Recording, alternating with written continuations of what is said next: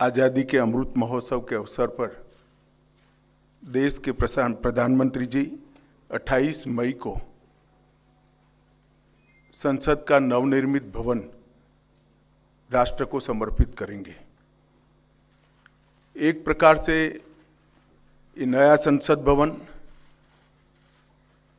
प्रधानमंत्री जी की दूरदर्शिता का प्रमाण है, जो नए भारत के निर्माण में हमारी सांस्कृतिक विरासत, परंपरा और सभ्यता को आधुनिकता से जोड़ने का एक सुंदर प्रयास है। इस नई संरचना को रिकॉर्ड समय में बनाने के लिए करीब करीब 60,000 के आसपास श्रम योगियों ने अपना योगदान दिया है। इस अवसर पर प्रधानमंत्री जी ये सभी श्रम योगियों का सम्मान भी करेंगे। इसके साथ साथ एक और महत्वपूर्ण घटना होने जा रही है, जिसकी आपको सूचना देने के लिए आज मैं यहाँ उपस्थित हुआ हूँ। इस अवसर पर एक ऐतिहासिक घटना पुनरावर्तित हो रही है। एक ऐतिहासिक परंपरा पुनर्जीवित भी हो रही है। अभी स्क्रीन पर आप एक सुंदर वस्तु को देख रहे हैं। राजसी लगती है वस्तु, इसके पीछे युगों से जुड़ी हुई एक परंपरा छिपी है। इसको तमिल में सेंगोल कहा जाता है और इस शब्द का अर्थ संपदा से संपन्न और ऐतिहासिक है। आज मैं आप सभी को इसको साझा करने के लिए यहाँ पर उपस्थित हुआ हूँ।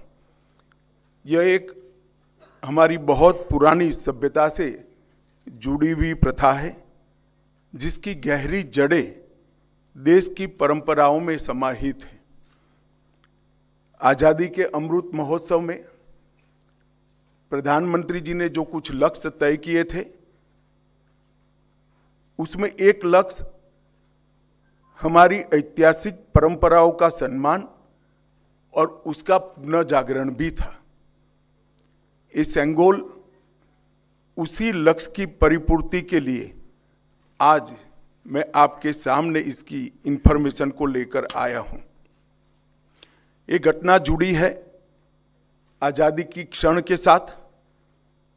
14 अगस्त 1947 की रात को एक बहुत महत्वपूर्ण ऐतिहासिक और अनोखी घटना ने आकार लिया था, जिसकी 75 साल के बाद आज देश के अधिकांश नागरिकों को जानकारी नहीं है।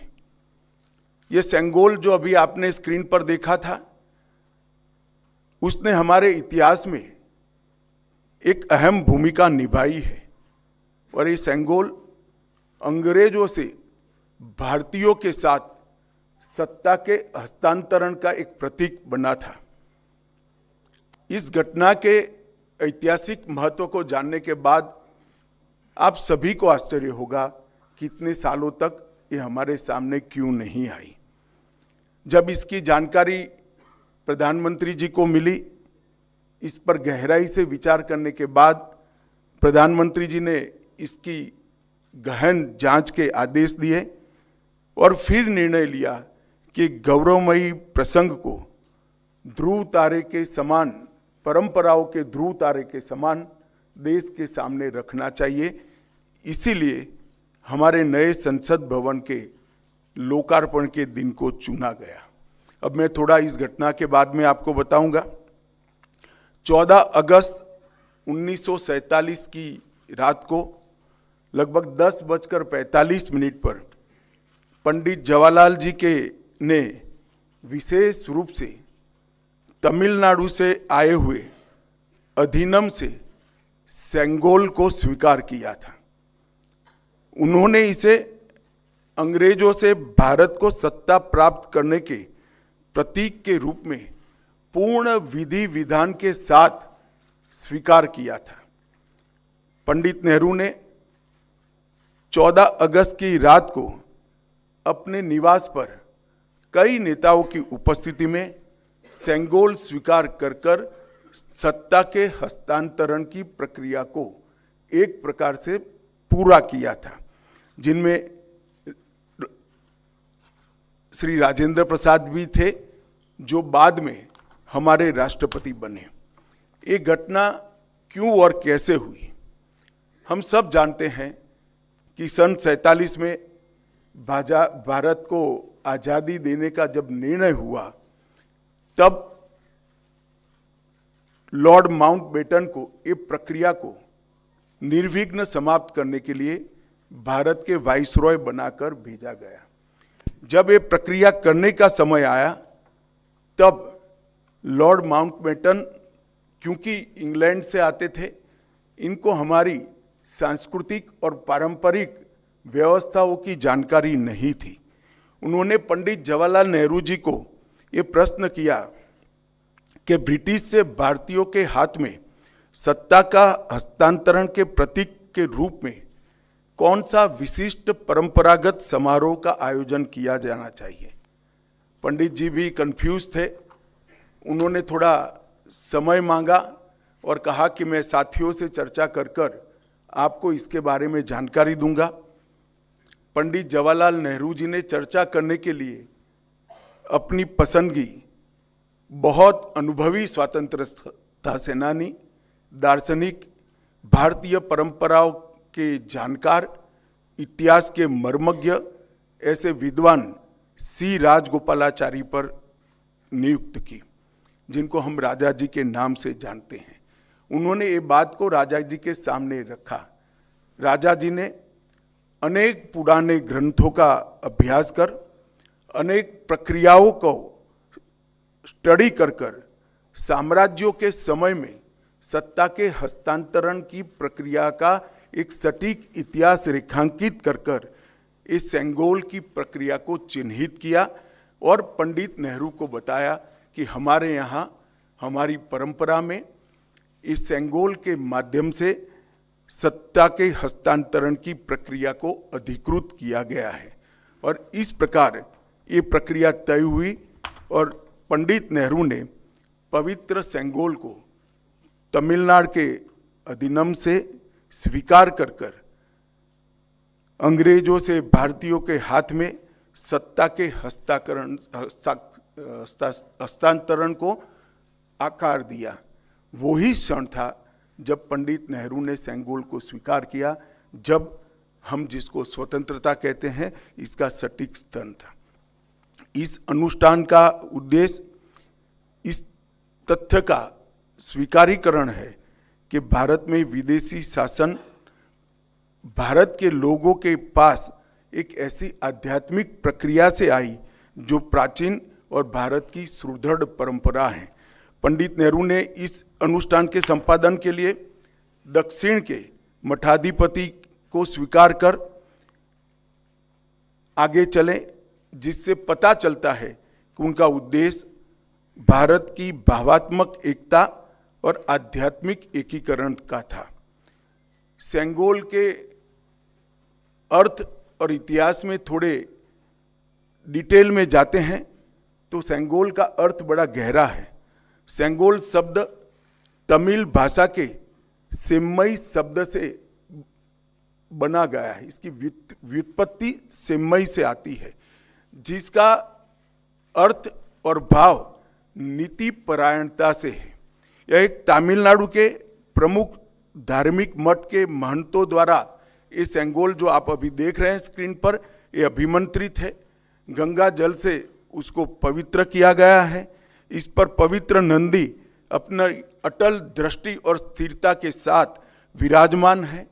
और ये जो सेंगोल है वो चोला साम्राज्य के समय से, मतलब 8वीं शताब्दी से चली आ रही हमारी अपनी भारतीय सभ्यतागत प्रथा का एक अनुसरण करने के लिए ये प्रथा को बना दिया गया था। आप सभी जानते हैं, चोला साम्राज्य सदियों से हमारे उपमहाद्वीप में एक महत्वपूर्ण साम्राज्य रहा, जिसने 21 राजाओं ने बड़े लंबे अरसे तक 800 साल से ज़्यादा समय तक इस देश के एक महत्वपूर्ण हिस्से पर शासन किया। सबसे महत्वपूर्ण बात यह है कि सेंगोल जिसको प्राप्त होता है, इसके पास से न्यायपूर्ण और निष्पक्ष शासन की अपेक्षा रखी जाती है और एक प्रकार से न्यायपूर्ण और निष्पक्ष शासन करने का आदेश उसको मिलता है, जिसे तमिल में आणई कहते हैं। और इस सेंगोल को प्राप्त करने की घटना को आज़ादी के समय विश्व भर के मीडिया ने इसका जिक्र भी किया है, इस पर वृत्तांत भी प्रकट किए हैं। टाइम मैगजीन ने बहुत ज़्यादा ग्राफिक्स के साथ इसको रिपोर्ट किया। भारत के भी सभी अखबारों ने इसको यथोचित सम्मान दिया था। आप सेंगोल की वेबसाइट पर मीडिया रिपोर्ट की एक फिल्म भी बाद में देख सकते हैं। 1947 अगस्त के बाद सेंगोल सबकी आंखों से ओझल हो गया, इसको भुला दिया गया, मगर एक विद्वान और पूजनीय सम्मानीय व्यक्ति ने इसको आज़ादी के 31 साल के बाद 15 अगस्त 78 को परमाचार्य श्री चंद्रशेखर सरस्वती स्वामीगल ने अपने अनुयायी डॉक्टर B.R. सुब्रमण्यम को सेंगोल वृत्तांत का वर्णन किया, जिसको डॉक्टर सुब्रमण्यम ने अपनी किताबों में उचित स्थान देकर उल्लेखित किया है। तमिल मीडिया ने भी परमाचार्य की चर्चा को प्रमुखता से जगह दी और उसे जीवित रखा है। हम सब परमाचार्य के इसके लिए कृतज्ञ हैं।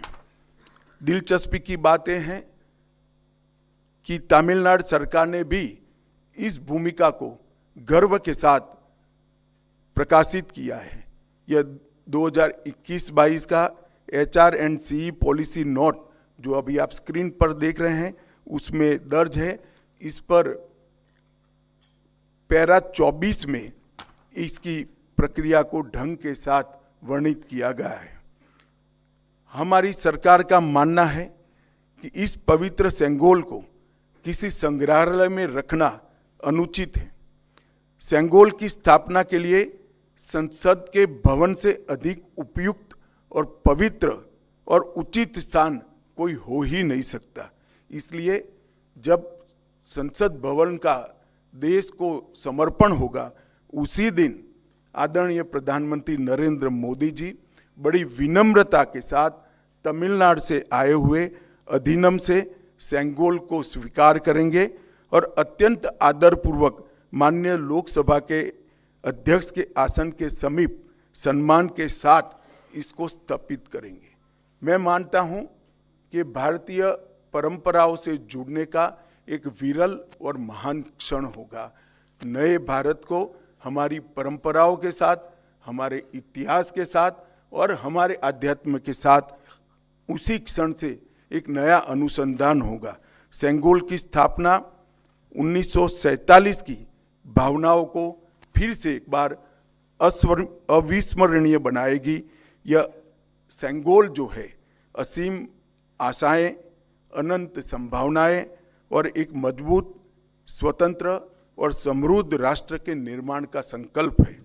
यह अमृतकाल का प्रतिबिंब होगा जो भारत को अपने विश्व में यथोचित स्थान ग्रहण के लिए गौरवशाली क्षण का साक्षी बनेगा। यह ऐतिहासिक योजना अधिनियम के अध्यक्षों से विचार विमर्श कर बनाई गई है। यह सभी 20 अधिनियम के अध्यक्ष इस शुभ अवसर पर उपस्थित रहेंगे, जो प्रधानमंत्री जी को सेंगोल अर्पण करेंगे और इस पवित्र अनुष्ठान की पुनःस्मृति में अपना आशीर्वाद भी प्रदान करेंगे। इसके लिए मैं उनके प्रति आभार व्यक्त करता हूं। और एक बहुत हर्ष की बात है कि 14 अगस्त 1947 की प्रक्रिया में जो स्वयं उपस्थित थे वो 96 साल के वुमिंडी बंगारू चेट्टी भी इस कार्यक्रम में सम्मिलित होने वाले हैं। उनका आशीर्वाद भी इस कार्यक्रम को मिलेगा। यह घटना का दूरदर्शन और दी हुई लिंक से सभी मीडिया के माध्यमों से जीवंत प्रसारण देश भर के दर्शकों के लिए, नागरिकों के लिए भी होगा। और अब हम एक डिटेल फिल्म ये पूरी प्रक्रिया पर सांस्कृतिक विभाग ने बनाई है, इसको देखेंगे।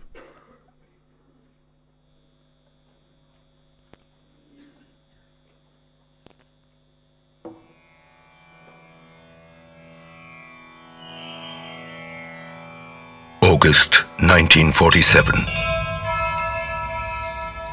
Madras Presidency, Tamil Nadu. A group of people were preparing for the trip of their lifetime. They had been called to carry out an important mission to sanctify and legitimize the transfer of power from one ruler to another. Where were these people going? Delhi. India was getting ready for its freedom, to be rid of the British rulers.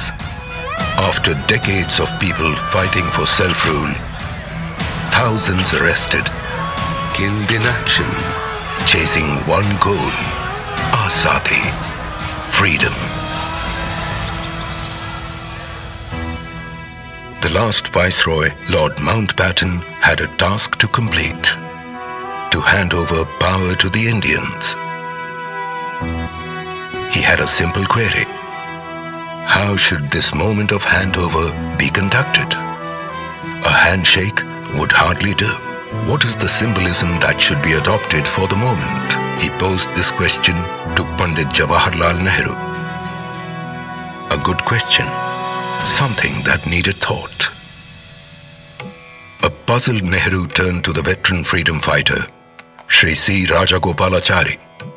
Rajaji, as he was popularly known, was from Tamil Nadu. Nehru respected Rajaji's erudition and knowledge of Indic customs and civilization. Well-read as he was, he found the answer in India's past. In the Chola kingdom of Tamil Nadu, one of India's oldest and longest continuous reigns, the transfer of power from one Chola king to another was marked by the passing of the Sengol, the staff of righteousness, blessed by the high priest of the time, invoking the blessings of Lord Shiva, the Cholas being his ardent devotees. Worship continues in their 1,000-year-old temples to this day. Rajaji recommended that a similar ceremony and symbolism be followed. Nehru accepted this. Rajaji wasted no time in contacting the leading dharmic mutt or monastery, the Thiruvadurai Adinam, established over 5 centuries prior, located in the heart of Chola land, functioning to this day. The then seer 20th Guru Maha Sannidhanam, Srila Sri Ambalavana Desika Swami, who was ailing at the time, accepted the task. He commissioned the making of the Sengol with famous jewelers, Vumidi Bangaru in Madras. On top of the Sengol was Nandi, symbolizing strength, truth and righteousness. Recalling the making of the Sengol, 96-year-old Shri Vumidi Ettirajalu. ஆதீனம் அவர்கள் எடுத்துட்டு செய்ய வேண்டும் என்று யாரோ சொன்னார்கள் என்று வந்தார்கள். Drawings எல்லாம் காட்டி, it was round thing with எல்லாம் போல் இது மாதிரி செய்ய வேண்டியிருக்கு.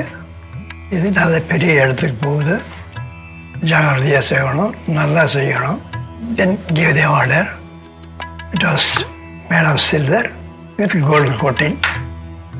I was very happy to be associated with the making it. Adinam people supervised it. And நமக்கே சுதந்திரம் வந்துடுத்து, அந்த சந்தோஷத்தில் இருந்தோம். அதுக்காக செய்ய வேண்டிய ஒரு செங்கோலை ஆதீனம் அவர்கள் நமக்கு கொடுத்ததில் மிகவும் சந்தோஷம். The Holy Seer directed his deputy, Srila Sri Kumaraswamy Thambiran, the Adinam's Oduvar, special singer Manikam, and Nadaswara Vidwan T.N. Rajarathinam Pillai to conduct the proceedings. The delegation was flown to Delhi on a special flight. On the night of August 14, 1947, Srila Sri Kumaraswamy Thambiran gave the Sengol to Lord Mountbatten.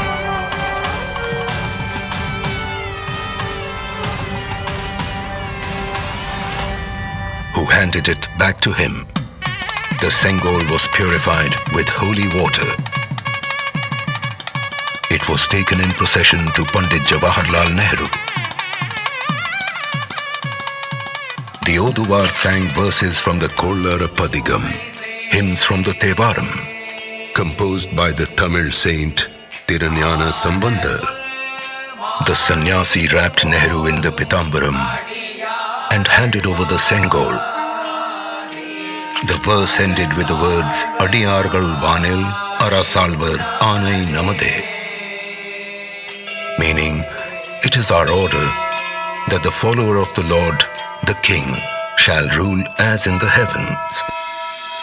Thus the transfer of power to rule the nation happened with a symbol as per civilization practice from 1,000 years ago, in a remarkable integration of the South and the North, commemorating the birth of the nation as one.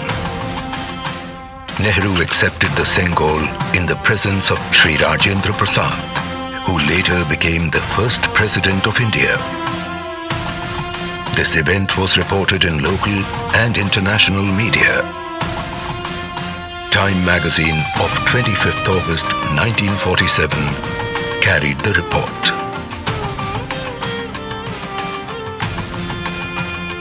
Pandit Nehru thereafter went on to deliver his famous address at the midnight hour of August 14th, 1947.